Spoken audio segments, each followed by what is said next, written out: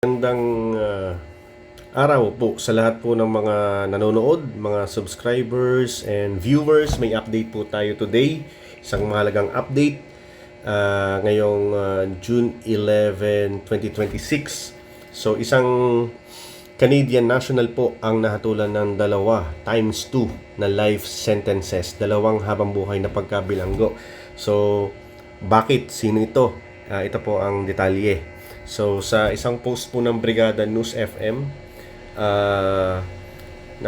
basahin po natin. Malugod na tinanggap ng PNP ang hatol ng korte laban sa Canadian national na si Thomas Gordon O'Quinn, nakilala bilang James Toby Martin, kaugnay ng pagkakasamsam ng 1.4 tons ng hinihinalang shabu na nagkakahalaga ng 9.68 billion sa Alitagtag, Batangas noong April 2024.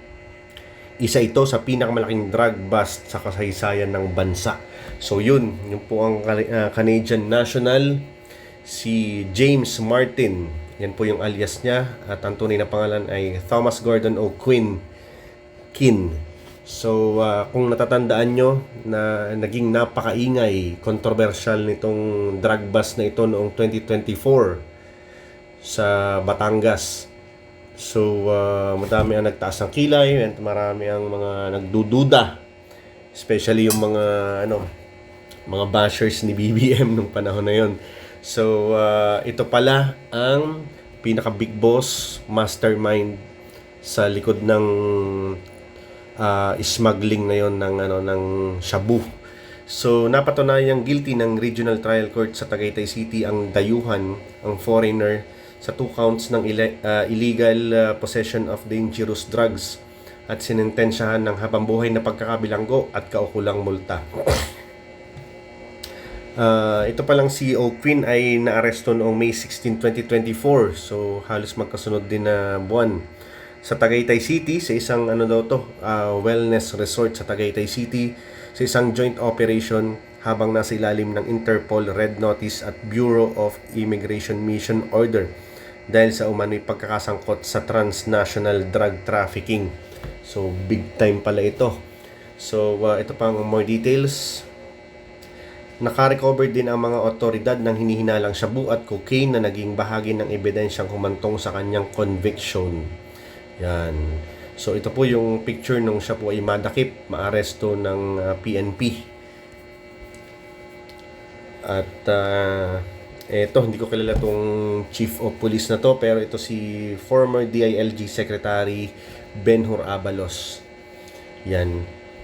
Isa ito sa pinakamalaking achievement ni DILG, former DILG Secretary Benhur Abalos. Para sa akin ito mas malupit na malupit na DILG Secretary itong si Sir Benhur. Sa palagay ko mas magaling pa to kay sa incumbent DILG secretary ngayon So yan, sayang nga lang at medyo nag-retire siya sa kanyang pwesto. Bumaba sa pwesto ng tumakbong senador kaso natalo. So yan.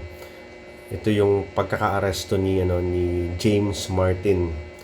So atin lang pong balikan itong isang screenshot mula sa Philippine Star. Pagkakaalam ko Philippine Star itong screenshot natin ito. So ito sa loob daw ng isang photon van, sinubukang i-smuggle, i-transport itong bulto-bultong shabu. At na-flag down ito sa isang checkpoint sa Alitagtag, Batangas. So, according sa report, ito daw ay bound, ang destination daw nito ay Parañaque City. At ito ay Lipa City, on the way to Lipa City nang ma-checkpoint halfway mula sa pinanggalingan na Nasugbu, Batangas. Yan. So, ang pagkakasabi dun sa isang report, ito daw pong bulto-bultong shabu na to ay ibinagsak sa pamamagitan ng isang private na yate sa sa Nasugbu, Batangas. Sa mga hindi nakakaalam, marami po dong magandang resort sa Nasugbu, Batangas. So, ang sabi, ito daw van na ito, na photon van na punong-puno ng shabu, ay on the way to Paranaque.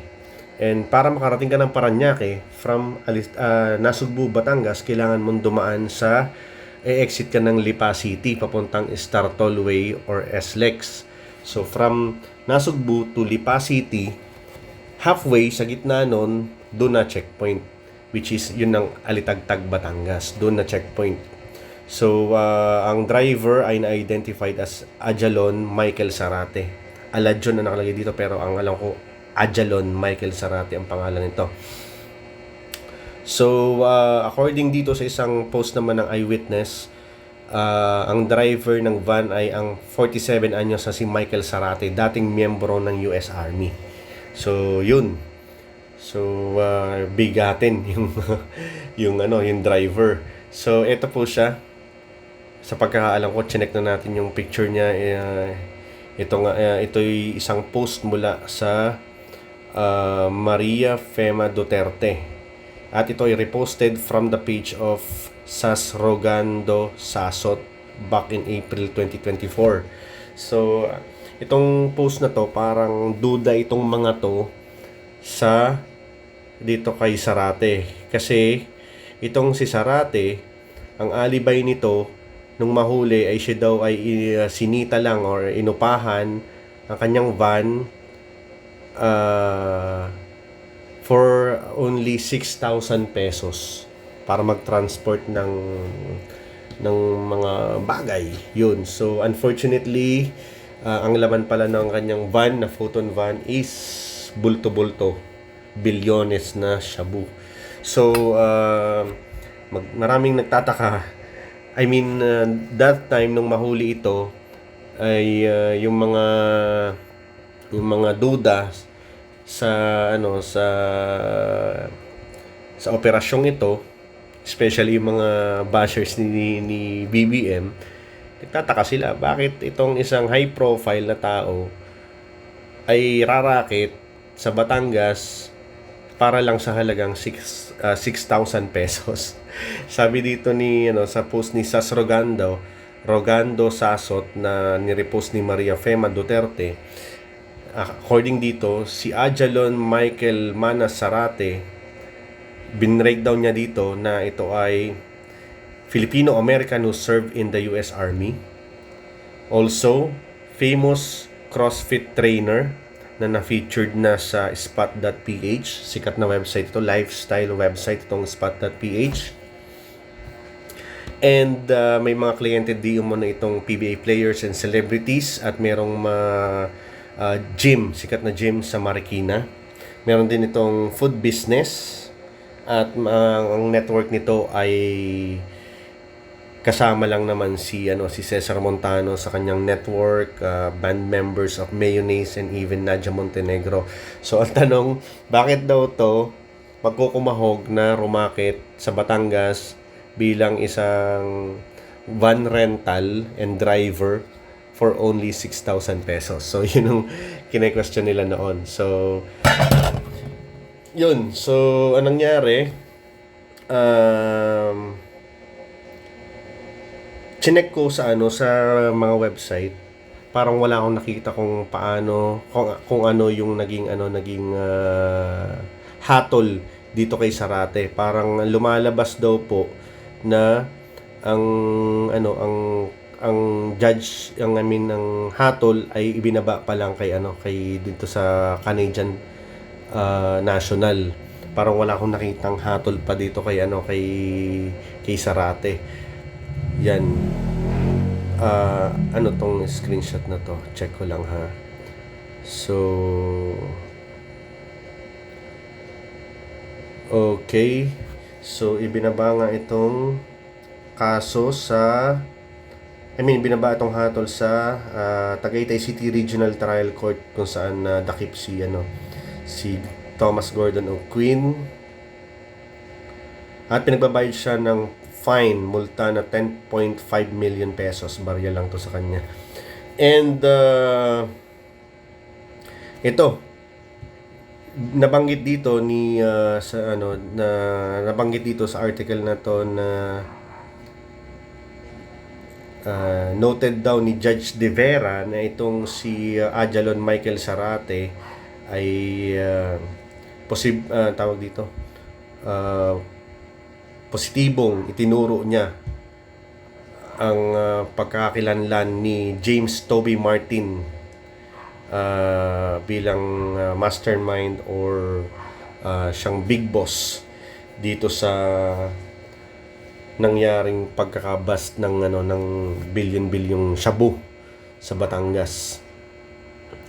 And ito may nakuha tayong info, sabi dito, because Zarate was caught red-handed with the multi-billion peso haul, he faces mandatory life imprisonment under Philippine law for drug trafficking alongside massive financial penalties. So, matik daw yun kasi nahulihan ka na napakaraming illegal drugs. So, matik, life imprisonment. Tapos, may sinasabi dito na nakipag-cooperate daw si Zarate sa pagkaka-aresto ni ng mastermind. So, hindi ko alam kung siya ba ay mapapagaan ba yung kanyang kaso dahil dito sa pagiging pag-turn niya as state witness.